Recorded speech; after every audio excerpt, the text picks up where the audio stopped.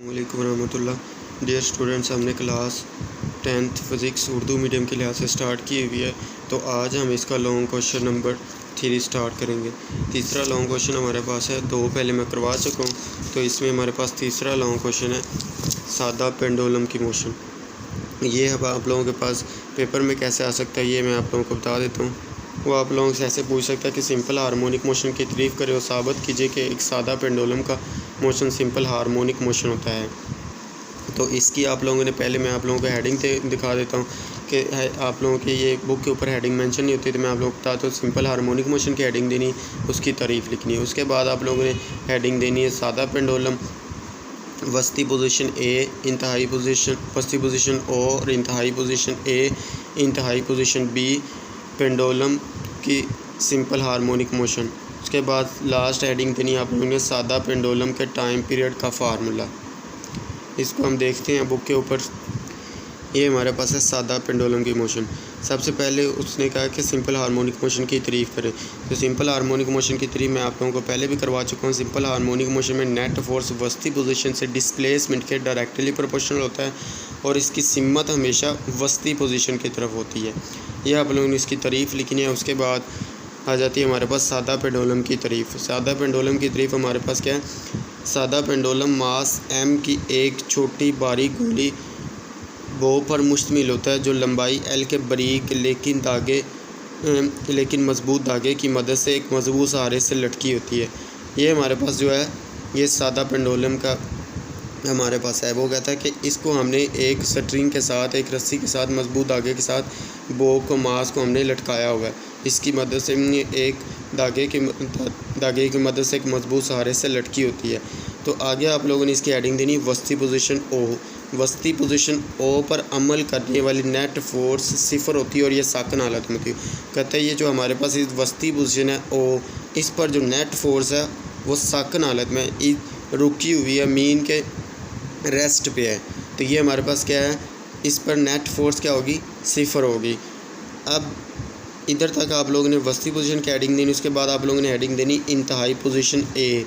अब अगर हम गोली को इंतहाई पोजीशन ए पर ले आएँ तो नेट फोर्स सिफर नहीं रहेगी, सिफर नहीं होगी। वो कहता है कि अगर हम गोली को इधर से पकड़कर इंतहाई पोजीशन ए पर ले आएँ तो ज़ाहिर सी बात है जब हम गोली को ए पर लेके जाएंगे, इंतहाई पोजीशन ए पर लेके जाएंगे, तो हमारे पास जो नेट फोर्स होगी वो रेस्ट हालत में नहीं होगी, वो साकन में नहीं होगी, वो मोशन में आ जाएगी। तो हमारे पास क्या होगी, नेट फोर्स सिफर नहीं रहेगी। धागे की सिमत में कोई फोर्स अमल नहीं करती। कहता है कि धागे की सिमत में हमारे पास कोई फोर्स अमल नहीं करती।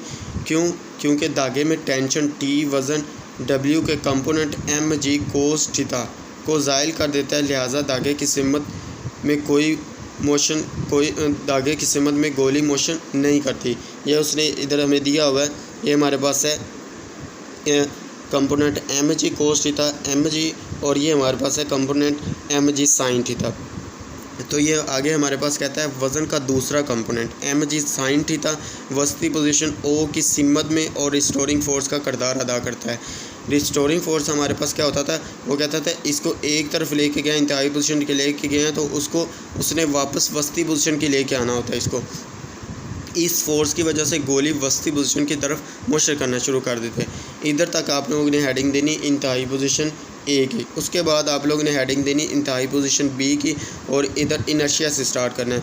इनर्शिया की वजह से गोली पॉइंट ओ पर नहीं ठहरती बल्कि पॉइंट बी की तरफ मोशन करना शुरू कर देती है। जैसे मैंने आप लोगों को पीछे बॉल और बॉल सिस्टम में भी बताया था कि इनर्शिया का काम क्या होता है, एक वस्ती पोजीशन ओ से बी की तरफ लेके जाती है और उसको उधर रुकती नहीं है मोशन।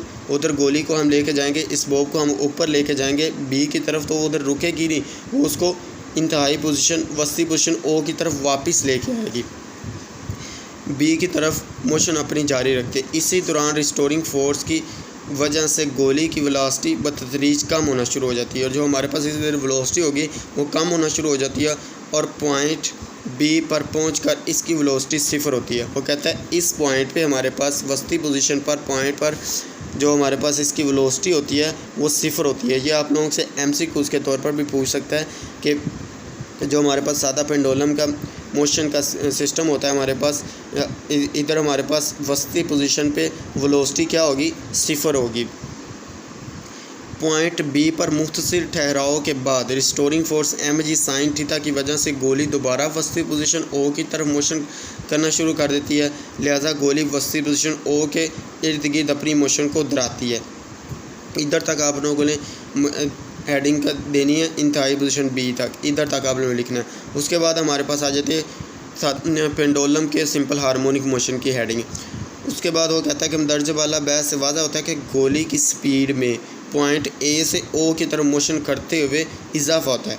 वो कहता है जब हम गोली की स्पीड है या गोली की पॉइंट ए से ओ की तरफ मोशन करती है तो इसमें क्या हो जाता है, इजाफा हो जाता है। इसको हम इधर देख रहे हैं, वो इस तरफ वापस आ रही है। ये हमारे पास ए की पॉइंट के इर्द गिर्द तो वाइब्रेट कर रही है। तो हमारे पास क्या आएगा, ये रिस्टोरिंग फोर्स की वजह से जिसकी सिमत ओ की तरफ है, लिहाजा गोली का एक्सेलरेशन भी पॉइंट ओ की तरफ होगा। वो कहता है कि जो ये रिस्टोरिंग फोर्स की वजह से है जिसकी सिमत ओ की वजह से है, और लिहाजा गोली का एक्सेलरेशन भी क्या होगा, ओ की तरफ होगा। इसी तरह जब गोली पॉइंट ओ से बी की तरफ जाती है तो रिस्टोरिंग फोर्स की वजह से इसकी स्पीड बतदरीज कम हो जाती है। कहता है कि जब गोली बी की तरफ जाती है तो रिस्टोरिंग फोर्स की जो वजह से इसकी स्पीड मीन की वेलोसिटी क्या होती है, कम होना शुरू हो जाती है। लेकिन रिस्टोरिंग फोर्स क्योंकि अब भी पॉइंट ओ की तरफ ही है, लिहाजा गोली का एक्सेलरेशन भी पॉइंट ओ की तरफ ही है। इससे ज़ाहिर होता है कि गोली का एक्सेलरेशन हमेशा वस्ती पोजीशन ओ की तरफ ही होता है। इससे ज़ाहिर क्या होता है, जो हमारे पास एक्सेलरेशन होगा वो हमेशा वस्ती पोजीशन ओ की तरफ ही होगा। जो हमारे पास इधर एक्सेलरेशन होगा ए से बी की तरफ, ए से ओ की तरफ या बी से ओ की तरफ, हमारे पास इसका एक्सेलरेशन क्या होगा, वो हमेशा क्या होगा, ओ की तरफ ही होगा।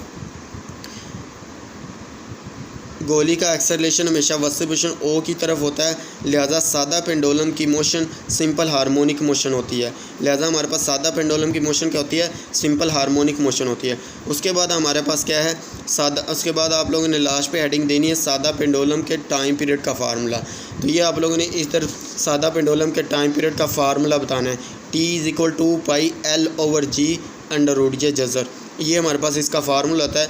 इधर 1-2 MCQs हैं आप लोगों के पास। वो कहता है कि जो हमारे पास ये टाइम है ये किसके ऊपर डिपेंड कर रहा है, टाइम हमारे पास L और G के ऊपर डिपेंड कर रहा है। तो ये हमारे पास MCQs के तौर पे पूछ सकता है। जो हमारे पास सादा पेंडुलम है सिस्टम होता है उसमें टाइम किसके ऊपर डिपेंड करता है, लेंथ के ऊपर और G के ऊपर हमारे पास डिपेंड करता है, L और G के ऊपर। तो आज के लिए हमारे पास इतना ही था, लोगों क्वेश्चन था। ओके, अल्लाह हाफिज़, थैंक यू।